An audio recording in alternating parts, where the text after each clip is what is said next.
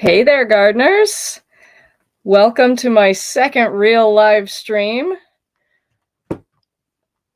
Okay, I'm just checking to make sure everything's working. I am using a streaming software today that is completely new to me. This is called StreamYard, and I think there's a duck up in the corner over here, so that I get to use their logo. This is super cool software, but I'm new to it, so it might be a little bit on the clunky side, but this allows me to like screen share and do captions and all kinds of other cool things. So hopefully that will help with the immersive experience today.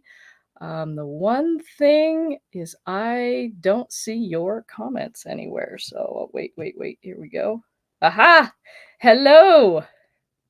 There's at least one person on right now. Oh, cool. Yes, please do push the thumbs up. Thanks, Karen.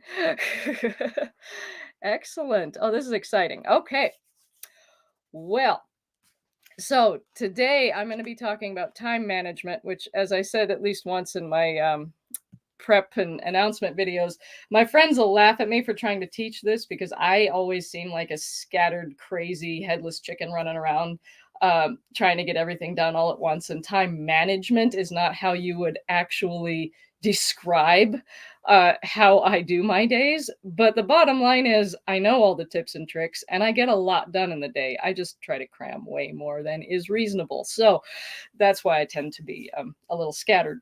But what I've done is I have put together every tip and trick and technique and strategy and hack that I have learned over the years. Several of these are from books and other resources like professional, like things with a name. And then there's other things that I've just figured out that help me keep my sanity throughout the day. And so I've made a list, and at last count there were 17, and I've added at least 5 or 6, probably closer to 10 more cents. So I don't know how many there actually are on my list here, but I'm just gonna knock them all out. We're gonna go right through all of these. Um, it was hard to organize these in any way that made sense. So what I'm going to be doing is I put them in 3 main categories: preparations, so things that you do to make your time management easier or make time go more smoothly. Then I did the actual calendaring, okay, the acts of planning things. And then I did mental health and self-care, because honestly, that is a huge part of time management. And it's something that I've been grappling with and learning a lot about in the last couple of years. With a lot of help from my family as well, like pointing out that I'm trying to do too much all at once and I don't have time for them and stuff. So if you get that complaint a lot, this is a really good video for you. I'm hoping that by putting this all together in one place, that this is actually one of the most comprehensive time management videos online as of this time, because I've never had all this stuff in one place before. It's always like bits and pieces, or there'll be a whole video on one technique, but then they don't talk about anything else. Like that one technique is the end all, and it's just not. So without further ado, it is 11:05 my time, and we have until my baby wakes up, which should be about an hour. So let's dive in. So time is your most valuable and scarcest resource. There are 1,440 seconds in a day. 1440. Okay. 1,440, sorry, not seconds, minutes in a day. And that's it. That's all you got. That's all anybody has. And in that time, you have to fit sleeping and eating and all these other self-care things. And then you also have to squeeze work and productivity out of that. So speak in minutes, not in hours. That's one trick of how successful people manage their time. There was a fabulous video I watched a couple of years ago. That one was posted by Better Than Yesterday, the channel Better Than Yesterday. I loved that video. They had like 20 things of how successful people manage their time. That was excellent. Okay, feel free, if you have questions, just post them in the comments and I'll respond to them right away. If you're watching this after the fact, leave a comment below. I do respond to everything. And please do remember to hit the like button and subscribe if you haven't already. Okay. So preparations, these are all things you do before the actual calendaring stuff. Some recurring themes that I've seen in every time management lesson I've ever seen.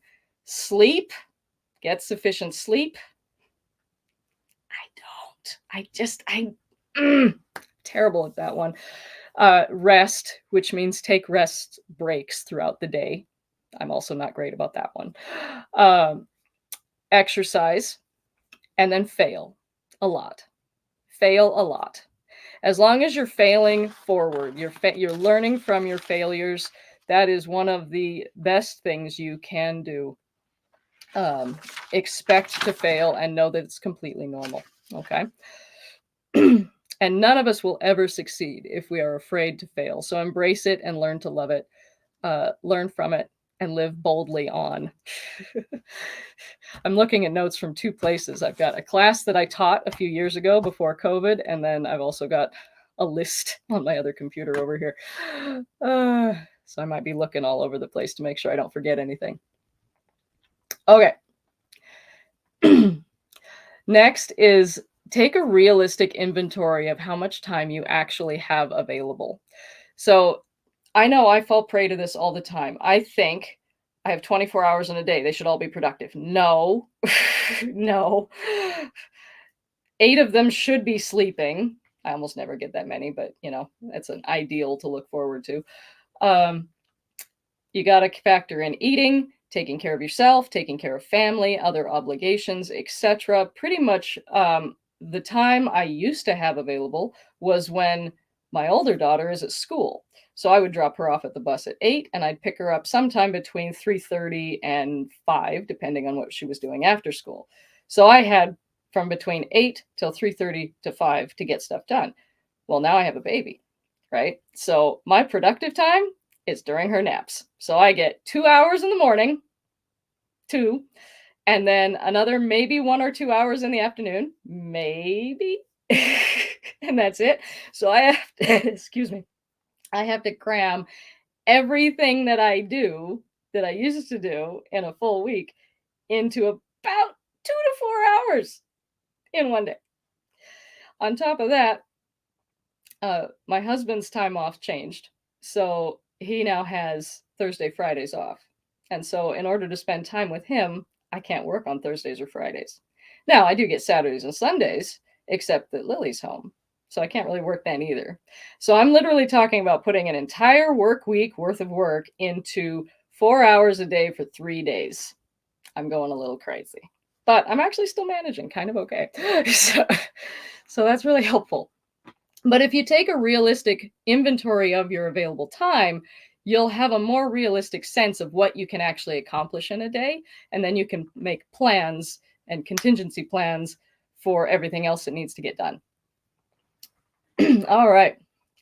Work with your energy levels and plan your most important tasks for when you're at your cognitive best. So the first 2 hours of the day are when we are at our cognitive best. And what that means is our brains are rested and they are functioning at their best. And that's when you're going to be the most productive. And unfortunately, the first 2 hours of the day is often the hardest time to get anything done. I know for me, the first 2 hours of the day is getting Lily to school and then feeding the baby. And there goes most of it. And so there's just not much time left after that. But if I can work with that and try to add, how do I want to say this part? If I can just be aware of that, I can work with the flow of it. Some of you might be able to, get up a little earlier than your kids and get something done before they're even awake. That's always nice. That happens to me sometimes, but not very often. Because I'm a night person, I stay up way too late and then I can't get up early. Okay. Urgent, important matrix. This one is one of my favorite time management techniques, to the point where I made my own and I taped it to my wall. This is the urgent, important matrix. So you have urgent in this column, not urgent in this column, and then important in the top row, not important in the bottom row. And so the urgent and important quadrant is the quadrant of necessity. This is stuff you do and you do it right now. This is crisis, projects and meetings that are scheduled, tasks from quadrant 2 that were postponed that need to be moved over here, last minute demands, and deadline driven projects. Okay, this is From a family perspective, this is also meal times, okay? Bedtimes, things like that. Things that have to happen and they have to happen on time. That goes in quadrant 1. This is the most important. Get it done now. Not urgent, but important is quadrant 2. The quadrant of quality. This is the stuff you plan and you execute with a plan. So strategic planning, working towards goals, personal care, relationship building, and true recreation all go here. Also goals and planning go here. Developing new systems and processes and developing new products and services goes here in quadrant 2. This is where most of the most important stuff is. It's also family time, hanging out with your kids. It may not seem urgent because you can always do it later, but it's super important. So this is where a lot of family stuff lives. The urgent but not important. It seems urgent, but is it really important? This is the quadrant of deception. This is the quadrant that you delegate if it's really worth doing. So interruptions, phone calls, emails, reports, some meetings, other people's minor demands, and busy work. There's a phrase that I absolutely love, just because it's no, I remember what it is. Poor planning on your part does not constitute an emergency on mine, which basically means just because you didn't plan for it to get it done doesn't mean I have to hop to make it happen for you, right? So that is, if I'm the one that did the poor planning, etc. But anyway, so this, a lot of stuff seems urgent, but it's really not that important. So it goes in quadrant 3. If it's important to get done, but maybe not by you, you can delegate it. Okay. Not urgent, not important. This is the quadrant of waste. Eliminate it. Okay. So this is things like excessive web browsing, social media, binge watching Netflix, analysis paralysis. That's a real tricky one because you get stuck there. Okay. Any activity that you use to procrastinate. Hope I'm not calling out too many of you right there. Distractions, some emails and calls, and busy work. Okay. That all goes in quadrant 4. Just ignore it. So if you have a task that you need done, or that needs to get done, or you think needs to get done, some idea pops in your head, whatever, run it through this filter of this matrix first to see which quadrant it falls on. And then you might realize that it's not even really needed. And so that's thing 1, is eliminate as many activities and tasks as you can that take up your time. And that'll free up quite a bit of space in your head as well. Okay, so I wanted to devote some time to that because that one is one of my favorite strategies for managing time. The next one, and I don't remember what this is called, but it's a time funnel. It's basically, it might be called time funnel. I don't remember. But basically, picture a funnel. Okay, you put something in the funnel. Can it be automated? So if you can, I don't currently have, you know what? I did make that. I don't know if I saved it. So someone asked if I have a printout of the yellow sheet. I mean, I do. Obviously, it's posted on my wall. I don't know if I have that saved. I will look for it. And if I can find it, I'll share it on my Google Drive and I'll post a link in the comments after this. I don't want to spend time doing it right now. But yeah, if I can find it, I'll totally post it for you. But you can just search Google for urgent, important matrix, and you'll get a ton of images, clip arts and stuff. I took one that I liked the look of and it was most comprehensive, and I added a few things to it, and then I printed that out because yeah, it's super useful, and I realized I needed it in my face as much as possible. So good question. Thanks, Mark. All right. Okay, time funnel. So the first layer of the funnel, so to speak, is automate. Can it be automated? Is it something that you can spend a little bit of time, invest a little bit of time now to make it take no time later? So this is things, think of like automatic bill pay. It might take you 5 to 10 minutes to pay a bill every month online, or you can spend 20 minutes to set up automatic bill pay. And then in 2 months, it's paid for itself in time because you don't have to think about it again.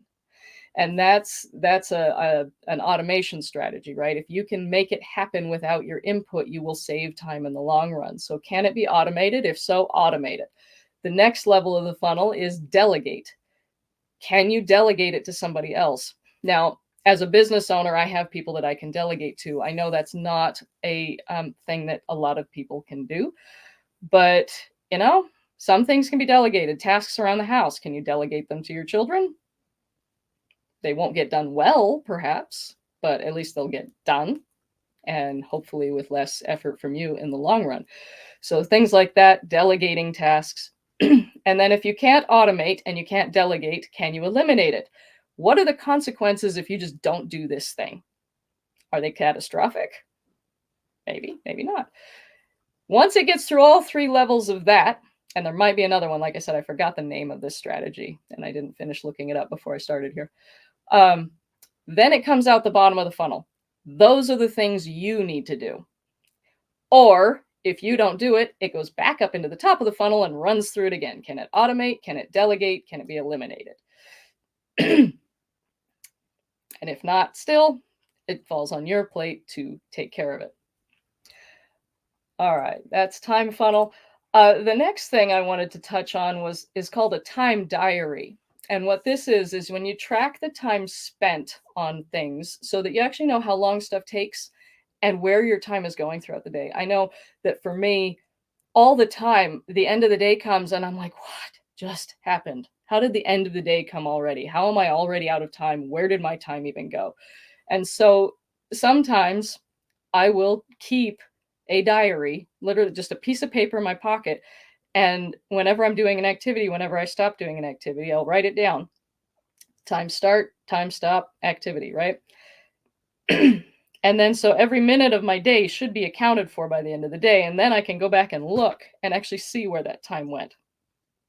Now, again, for me right now, a lot of time is going taking care of baby and cleaning house. Like, this is my winter off. I try to do a bunch of projects that I don't have time for in the summer. And my current project is cleaning and purging the house. I thought it would take 3 weeks. We're going on over 2 months. So it's taken a little longer than I'd planned. But that's where a lot of my time is going right now. But yeah, a time diary will just help you get a realistic view of what happened to your time. And so then you can plan in a more realistic way in the future. So that's a fun little tip, technique, I guess. Next one. I have to touch on this. To-do lists and checklists, okay? To-do lists are great if you just need to capture your thoughts and get them out of your head and onto paper so that you can then take the next step with it. But simply having a to-do list is almost never efficient. It's never sufficient either. One statistic, and I have no idea where people found this, but 41% of to-do list items are never done. And honestly, I think that's generous because it's way more than half of my to-do list items never get done. Maybe that's just me. I don't know. What do you guys think? Let me know in a comment. Do you get your to-do list items done? I know I don't. So the thing to do with a to-do list is once you have your list, prioritize it and then put it in your calendar. Okay. There's a few ways to do prioritizing of to-do lists. One that's real simple and easy to do is the ABC 1, 2, 3 method. Okay, so you have your list, and I might actually do this one on the whiteboard because it'll be easier to say this way. Let's make sure you can see it. All right, perfect. So you have your list, items that need to get done, etc. Okay. First, you assign ABC by how important it is to get done today. Well, this one, if it doesn't get done today, it's not the end of the world. Okay, so B, that's a B item. A absolutely has to get done today. Very important. Today must be finished. So this would be quadrant 1, urgent and important. B would be like important but not urgent. Okay, tomorrow's fine, etc. C is whenever. It's on my list, but it doesn't really need to happen right now. I never get to C's, just to be perfectly frank. Until a C becomes an A, it just doesn't get done in my world. So you order everything by A, B, and C, okay? Then you go back and you look at your A's and you, okay, which one is the most important thing? What has to get done and has to get done first? This one has to get done first. Then this one. Okay. And then maybe there's a third A that would be number 3, right? Then you can go back and do that to your B's. I don't normally bother with that because I never get through all the A's, but I'm lucky to get through all the A's by the end of the day. I'm not going to touch a B, but you could go back and you could order your B's in 1, 2, 3 as well. But this helps you to put the thought in advance so that you're not spending cognitive energy every time you finish one task. So let's say I didn't have this. Every time I finish one task, okay, I got that one done. Now what's next? And you have to spend another 5 minutes thinking about what's the next most important thing. If you've already prioritized it, check that off. I know what's next. Dive right into the next thing. So it's a little bit of investment of time to begin with to make things go a lot smoother later. So that is the ABC 1, 2, 3 method. The other thing that I actually did this winter was I took a couple of days and I wrote down everything that I could think of that I knew I needed to do. I consolidated all the to-do lists that I had all over the place. I walked around the house and wrote down everything that I needed to do around the house. I didn't add stuff from my office yet. So it's still to be added. But basically, the bottom line, I got 2.5 pages of a notebook full of to-do items. How the heck am I supposed to prioritize that, right? So rather than trying to rewrite it in order or try to do ABC 1, 2, 3, because that gets really messy with a long to-do list because you're constantly scratching off and reordering everything. I just don't want to. I actually cut the papers, each line, I cut it into its own piece of paper. And I did film a video on this that I intend to post if I have time to later. This is kind of important, but not urgent in my world right now. So you've noticed I haven't posted as much recently because I've just been too busy with other things, and YouTube has fallen into quadrant 2. Okay. So I cut all of the lines of the to-do list. So each line was its own piece of paper. And then the first thing I did was I drew an urgent important matrix on my whiteboard, and I pasted all the pieces into which quadrant it was. I had about, I'd say, a dozen that are urgent and important in quadrant 1. And I had most of them were not important, but urgent. Or sorry, not urgent, but are important, quadrant 2. That's where most of my stuff is.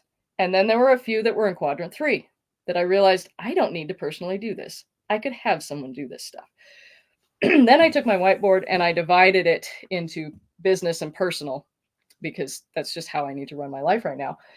And I prioritized by moving the pieces of paper around what was most important. And now I have my prioritized list, which is on another whiteboard hanging on my wall over there, so that I know exactly what the next thing I need to focus on is, with deadlines, due dates, etc. all right there. And so in my 2 to 3 hours, 4 if I'm lucky, of productive time during the day, I go look at that chart and I can see, okay, next thing I need to work on is this, go.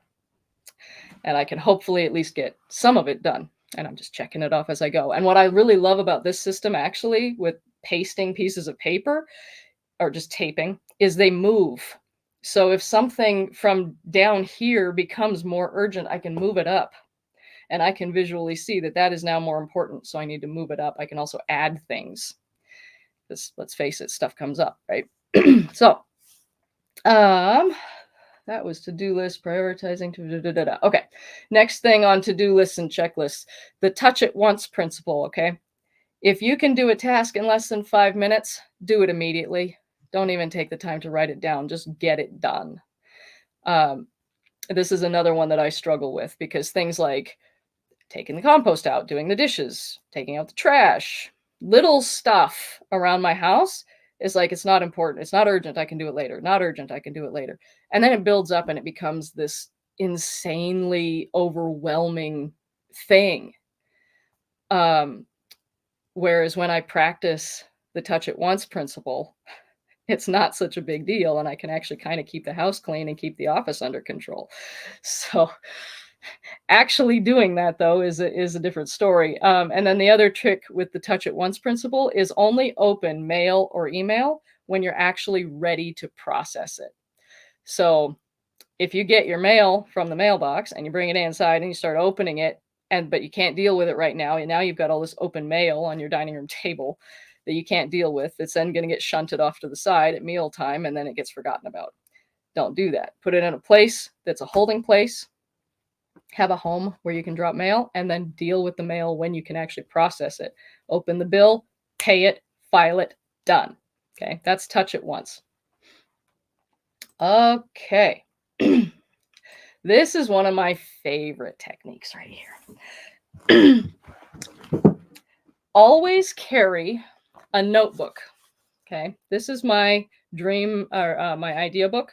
Okay, I love this one. Make things happen. This is for when I have ideas pouring out of my head all the time, right? I don't know how many people can relate to that, but to me, it's almost, I don't want to call it a disease. That'd be a bad thing. But, it's just this constant thing that I'm always dealing with. So whenever I have an idea that I think I need to act on, I write it down in here. So this is full of thoughts, ideas, my board game that I'm intending to make someday, several pages devoted to that. I dog ear the pages when I actually use something, when I write down, because I leave space. I leave plenty of space to continue the idea. That was notes from a meeting, etc. You get the idea. This one's crossed off. I finished it. Isn't that exciting? But so you have that's a drawing from Lily. Have a notebook or something with you all the time, or somewhere nearby where you can always write in thoughts, ideas, things that you need to remember. Notes, journaling, even whatever comes into your mind that you want to write down. The other thing that I have is under my keyboard in my office, I have what I call a thought catcher, and it is literally just a piece of paper that I've used on one side, but it's only used on one side. I can't print anything on the other side to send to a client, so I have to reuse it some other way because I hate throwing away paper when it's only half used. So I put the single-sided blank paper up, and I write down my thoughts. Whenever I'm in my office and I have a thought, something I need to do, something needs to get done, when I check my voicemail, the information from people goes on here. A to-do list from December. See, there it is. Did I finish any of it? Some of it. I did do some of it. Anyway, this way, when I'm in my office, I don't have to spend mental or cognitive energy trying to remember things. I just write them down, get them out of my head. That frees up my brain's space to deal with what I need to deal with and not worry about forgetting things later. Because here's the thing, our minds are best at processing ideas, not storing information. I think I heard somewhere that our brains can only they only have a capacity to hold on to 4 things at once, like actively. So if you have a grocery list that has 5 things, you're gonna forget one of them if it's in your head, right? That's why we write down a grocery list. So I think mine is more like 2 or 3. I can't keep that much information in my head all at once. So if I write it down, I have a better chance of getting it done. All right. Getting thoughts and ideas out of your head and onto paper also puts them in existence where you can take action on them later, right? They won't be forgotten. They can be contemplated later or put into action, and it also frees up our heads for more thoughts and ideas. So another way to deal with this, if you don't have a book or something to write it down in, is text or email yourself from your phone. Sometimes I will text myself, or I'll text my office phone. And then when I get back to the office, it's there reminding me, or my assistant has already done it if she's in the office and it's already taken care of. Or I'll email myself so that at least it exists someplace and I won't forget it. So if I don't have my book with me, I still have other options. All right, next on the agenda, habits and habit stacking and habit trackers. Okay, habit stacking is a book that I read a couple of years ago. Brilliant, brilliant. the principle behind habit stacking is that you design your habits so that one easily flows into the next one. So you think about your morning routine, right? Most of us get up, we go to the bathroom, brush our teeth, brush our hair, get dressed in whatever order works for you, right? But those things usually all happen and in order. That's called a habit stack. I highly recommend that book, Habit Stacking. Go look it up. It's great. I thought about showing it to you, but it's on my bookshelf and I don't want to look for it right now. I forgot to grab it earlier. That's okay. Um, so that author recommended having different habit stacks throughout the day. There has to be a reliable trigger. Okay, so in the morning, it's getting up. You wake up, most of us have to pee. Okay, so that's our trigger. You wake up, go to the bathroom, and then one leads to the next. And it's just a stack of habits that easily rolls into whatever. Well, eventually, you're going to get to maybe an afternoon stack of habits. So whatever the trigger is, either an alarm or your stomach growling, you're going to go eat lunch. Have that lead to the next thing. And so you just make a regular routine out of stacking habits. And then another little thing I recently discovered, and this was on Passion Planner's website, and this I can actually, I was going to link this. I grabbed my mouse from that computer to do this one. I'm going to link this really awesome little sheet in the comments. There it is. So what this is a habit tracker.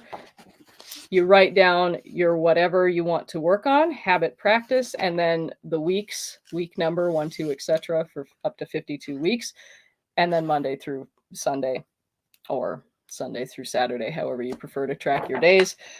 And then you check it off. Each day you do it, you check it off. And so then you have a visual representation of how well you're doing at that habit. And the website had an example of you could do multiple habits on one page, just color code them, which I thought was really neat. So that's a cool little thing. I haven't gotten into using this yet, but I thought it was a neat little device or form, whatever. There's also apps, obviously lots and lots of apps on your phone. And I currently have one where I'm using to track my habits and making sure I'm drinking enough fluids each day, etc. So those are handy. Okay, that is all of my prep section. That's all the stuff you do before you even do anything, okay? Next section is calendaring. Okay, so using a planner, either paper or digital. I did bring it. Good. A momentary, oh crap moment where I thought I forgot to bring my planner. Okay, I use Passion Planners. I love these. They have the best layout of any planner I've ever seen. Okay, vertical days. Most paper planners I've seen just have blocks for the day and they don't even have times in there. I don't know how anybody uses those. It would just become a mess. This is a vertical layout. Each day, okay, is laid out super clear. So I fill in my everyday activities, drop Lily off at school, then what's going to happen, and then when I pick her up, right? And then I can fill in the rest of the gaps with what I want to accomplish. A lot of people prefer a digital calendar. That's fine. Do whatever works for you. I'm not saying you have to have a paper planner. I'm saying you just have to have a calendar somewhere if you want to get anything done. Like if you want to accomplish things in your life beyond day-to-day tasks, you really do want a calendar. This is what successful people do, and it's just what works. Okay. Work from a calendar and not a to-do list. Again, 40-something% of to-do list items never get done because they're just on a list. Put them in a calendar, assign them an amount of time and a time to make it happen, and then you can get it done. All right, which leads me directly into time blocking. Okay, so time blocking, you may have heard of this technique, it's literally exactly what it sounds. You make a block of time for a task and you put it in your calendar. So, for instance, where am I for this week? Okay, here's this week. Got a little crazy, but my live stream is from 11 to noon. So it takes a block of time from 11 to noon. I don't do this technique exactly how it's supposed to be done because, you're supposed to actually draw in the box, and I just don't do that. But I can easily look and see that that's what I'm supposed to be doing. Sometimes I'll draw a line down to whenever it's finished. I'm sure I've done that at some point. Yeah, here we go. So this task was going to be 2 hours, so I drew an arrow down to when it would be done. Okay. So the reason that you want to block out time instead of just making a to-do list on your calendar is because it guarantees that you're giving yourself at least some chunk of time to dedicate to whatever the thing is that you're trying to do. So if something's going to take you 2 hours, you don't want to only fill out a 15-minute space on your calendar. You want to block off 2 hours. And you might even block off another half hour as a contingency plan just in case it runs over. Okay, that's time blocking. Oh, captures and my thought catcher. I already covered that. Okay. Alarms and reminders. I don't know if I'm the only one that does this, but I would forget to eat if I didn't have a reminder to tell me to do so. So in my phone, I have alarms that go off in the morning to get me up. My breakfast is part of my morning habit stack. And then lunch, I have an alarm that goes off at 1 o'clock to remind me to eat if I haven't already done it. Because, yeah, I will just get into some project and not even remember that I need to eat. Does anybody else have that problem, or is it just me? I don't know. Anyway. Oh, hi, Right Farmhouse. How are you? It's good to see you. Thanks for joining. Okay, so that's alarms and reminders. You can also, if you have a digital calendar, have it, remind you whenever you want to be reminded that that thing is coming up. So that's helpful. All right. Coming back to the flow of the day, identify your most important task and do it first. So again, the prioritizing thing that I talked about a minute ago, the ABC 1, 2, 3, or just reorganizing your list so that the most important thing is first. Do that task first in the day when you are at your cognitive best. The thing that will make the most difference in the day is the first thing that should get done, whether that be the hardest thing or the easiest thing. Some people will say do the hardest thing first so everything else is easy after that. Other people say do the easy stuff so you can work up to the hard thing and then you're motivated. I don't know. Do whatever's the most important. Whether it's easy or hard is irrelevant. And as far as easy or hard, to me, it depends on the task. I don't know.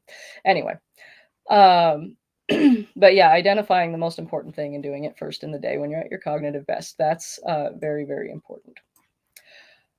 The other thing that I find very important is planning your day the night before. So that way you don't waste time in the morning doing the prioritizing. You're wasting your cognitive best time trying to figure out what's the most important thing to do. No.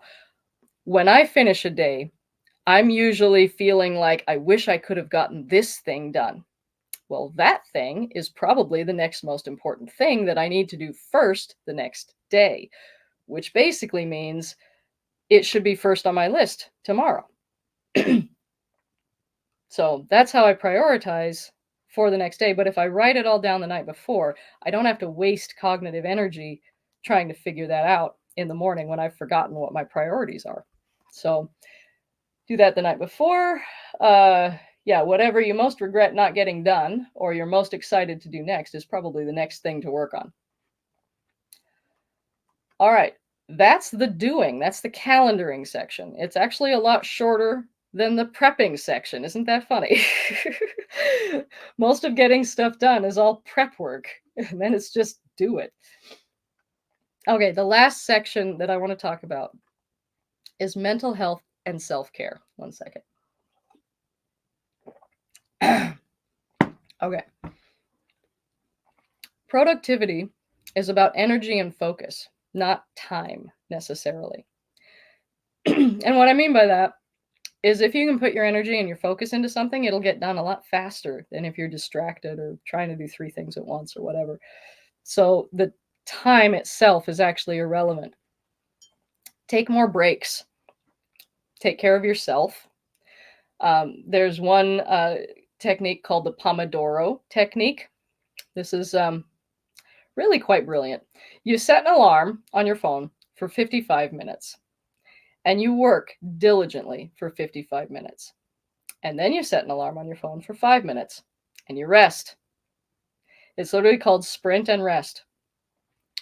And that rest is enough to recharge your batteries and do another 55 minutes of hard, intense work. And I think, yeah, I'm pretty sure it's 55 and 5. It might be 45 and 15 for occasional breaks, like your longer breaks throughout the day. But the technique itself is 55 minutes of hard work and then 5 minutes of rest to recharge your mind. This is one that I've really been struggling with lately because I expect so much out of myself. Give yourself some grace. You are awesome. You get a lot of stuff done. And sometimes you need rest. You need a break. Take care of yourself. If you don't take care of yourself, you won't be able to take care of anything. So take care of yourself first. And forgive yourself if you don't get something done. It's okay. Take one day at a time. And I don't know about anybody else, but if I have an awesomely productive, like most amazing day where I check off like 10 things off my calendar, and I'm like, oh boy, I want to do that tomorrow too. It never happens. I get one productive day in a row and that's it. The next day I'm useless. Probably because I've used so much energy doing that I need to relax the next day or it just doesn't work. I never get 2 days in a row like that. So again, grace. Pat yourself on the back for the great day and then take a rest the next day. Maintaining that kind of a pace all the time would lead to burnout anyway, and you just don't want to do that. Plan in rest and give yourself permission to stop and relax. End your day when you're tired, not when you're finished. You're never going to be finished. The thing is, your to-do list is always going to keep getting longer and probably faster than you're going to be able to get stuff done. So you're never actually going to be finished with everything. So when you get tired, stop. Now, I'll say that tired is not the same as resisting. If you're tired because you're resisting doing something, I'll come back to that in a minute, procrastinate on purpose. But tired, like you're tired, stop and go rest, okay? Allocate minutes of your days. Remember, you have 1,440 minutes a day. Allocate some of those minutes to your health, your relationships, your faith, etc. Plan long-term, but take it one day at a time. Leave wiggle room in your calendar. Remember that you'll never get it all done. There will always be more to do. Learn to say no and set boundaries. Your sanity is more important than most interruptions, okay? Saying no, say no to everything that doesn't support your immediate goals. Stay focused on your goals and your values. Every time you say yes to one thing, you're saying no to something else, or maybe many other things, okay? So remember to only say yes to things that align with your values and your goals. Ask for help. I love this one. If you run a business, especially if your business has employees, it is literally your job to delegate tasks. That's your job. That's why you have employees, right? If you don't run a business, or if you're overwhelmed with personal tasks that aren't business related that you can just delegate, there's no shame in asking for help. I think we should normalize cleaning parties. I really do. So again, I mentioned earlier about my winter project of trying to clean and purge everything in my house. And, I posted on Facebook and I asked, professional organizers, is that a thing? Is that a thing you can hire? And I actually had a whole bunch of friends respond, yes. And I called and talked to 3 of them. But in the meantime, I still haven't hired one for many different reasons. But I had a couple friends offer to just come over. And one came over and we spent the whole day just busting through stuff.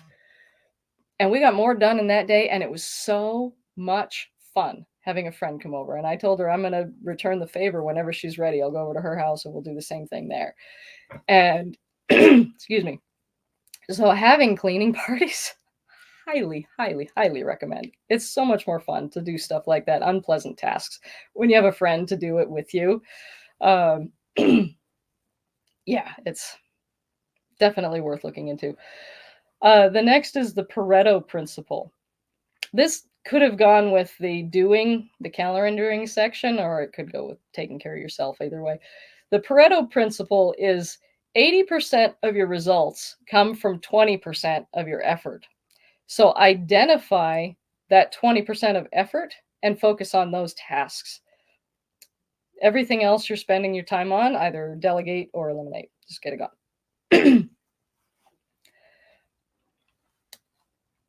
And wow, we're almost done already. Any questions, guys? Feel free to post them. The last thing is procrastinate on purpose. I love this technique. This is brilliant. Always have 2 projects at a time. I usually have 3 or 4 going at once, but 2 is really the sweet spot. Never have more than you can handle, because then it just gets chaotic and you're going to drop balls and leave things undone. If you have too many, that's avoidance or distraction. But if you have 2 projects at a time and you get overwhelmed or stuck on one, procrastinate on that one by working on the other one, so that even though you're procrastinating, you're still being productive. And then when you get stuck on that one, or when you have an aha eureka moment, you can go back to the first one. I love that technique because, yeah, I get stuck on stuff a lot. Work on something else for a while. Come back, you'll figure it out. Okay, and the very last thing I wanted to talk about is rewards. There is no shame in rewarding yourself for a job well done. So whether it be I completed a goal, I'm going to take myself out to lunch or go out to lunch with my friends or my spouse or whatever, or a piece of chocolate. That's often my motivation for getting something done, is I'm just going to have this piece of chocolate as soon as I finish this task. It's enough to keep me going, right? So there's no shame in doing stuff like that. All right, I think that is everything I had on my lists. Any questions, guys? Post them in the comments. I feel like that was a lot of running and a lot of talking, but we talked about a lot of stuff there. So.